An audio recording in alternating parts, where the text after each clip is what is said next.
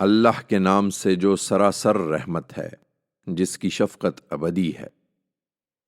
کیا تمہیں اس آفت کی خبر پہنچی ہے جو پورے عالم پر چھا جائے گی؟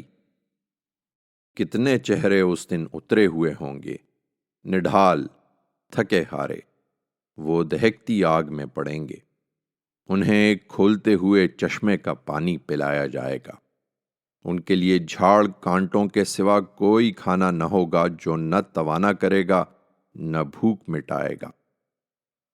اس کے برخلاف کتنے چہرے اس دن پر رونق ہوں گے، اپنی سعی پر راضی، اونچے باغ میں۔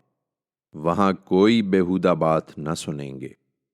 اس میں چشمہ رواں ہوگا، اس میں اونچی مسندیں بچھی ہوں گی اور ساغر قرینے سے رکھے ہوئے اور غالیچے ترتیب سے لگے ہوئے اور نہالچے ہر طرف پڑے ہوئے۔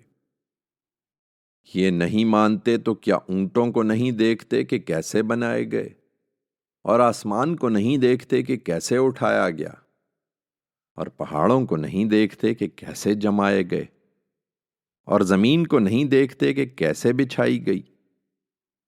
اس کے باوجود نہیں مانتے تو تم یاد دہانی کر دو۔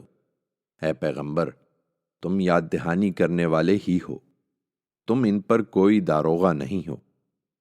ماننے والے یقیناً مانیں گے، رہے وہ جو منہ موڑیں گے اور انکار کر دیں گے تو اللہ انہیں بڑے عذاب سے دوچار کرے گا۔